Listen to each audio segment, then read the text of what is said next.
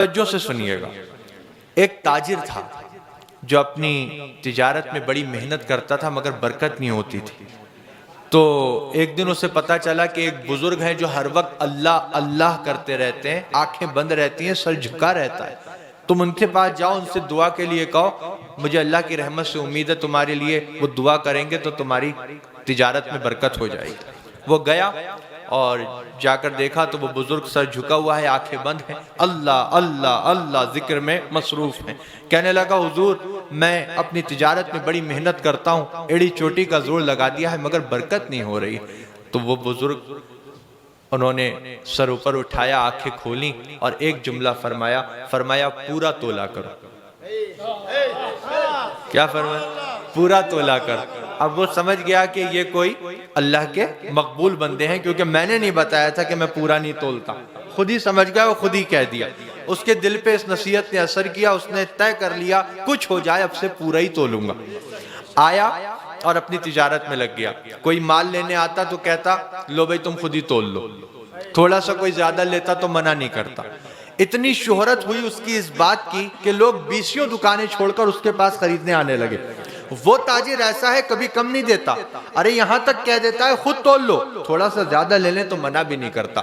20 دکانیں چھوڑ کر لوگ اس کے پاس سامان لینے آنے لگے۔ اتنی برکت ہوئی کہ تولنے والے جو بٹ ہوتے ہیں وہ بھی اس نے سونے کے بنوا لیے۔ اب وہ لے کر گیا ان بزرگ کی بارگاہ میں۔ وہ بزرگ ویسے ہی ذکر میں مشغول ہیں، سر جھکا ہے، آنکھیں بند ہیں۔ کہنے لگا حضور آپ کی نصیحت نے تو بڑا کام کیا، 20 دکانیں لوگ چھوڑ دیتے ہیں، میرے ہی پاس سامان لینے آتے ہیں، اور دیکھیے اتنا برکت ہوئی ہے کہ یہ جو تولنے کے جو یہ ہوتے ہیں میں نے ان کو بھی سونے کا بنوا لیا۔ اب بزرگ نے جب سنا تو سر اوپر اٹھایا، آنکھیں کھولیں اور ایک جملہ فرمایا ان کو ندی میں پھینک دو، ان کو ندی میں پھینک۔ سونے کے تھے لیکن وہ جانتا تھا ملے انہی کی نصیحت سے، تو گیا ندی کے کنارے، آنکھیں بند کی اور پھینک دی۔ دیکھو یہ وفاداری ہوتی ہے۔ اب وہ گیا پھر اپنے کام پر لگ گیا۔ اب چند دن کے بعد ندی کے کنارے سے ایک قافلہ گزر رہا تھا جو اسی کے پاس سامان لینے آ رہا تھا۔ ان کے پیروں میں کچھ آیا تو دیکھا اٹھا کے تو وہی سونے کے بٹ۔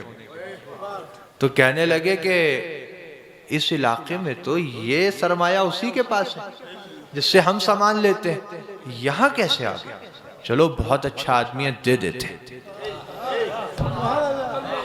دیکھو وہ لے کر گئے اس کے پاس، اس نے دیکھا، کہا یہ تمہارے ہیں؟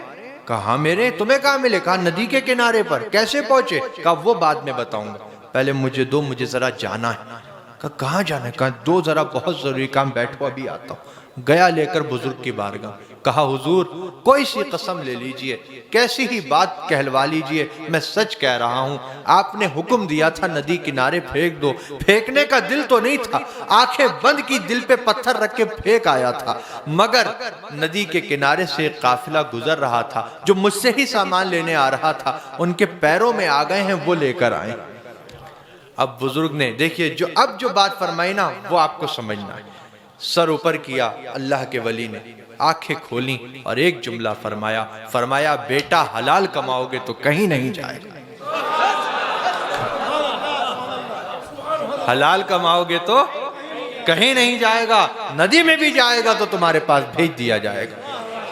اللہ تعالی ہمارے رزق حلال میں خوب برکتیں عطا فرمائے۔ اور میری یہی نصیحت ہے اصلاح معاشرہ کانفرنس میں کہ 2 لقمے زیادہ کرنے کے لیے اپنی حلال روزی کو خراب مت کیجئے گا۔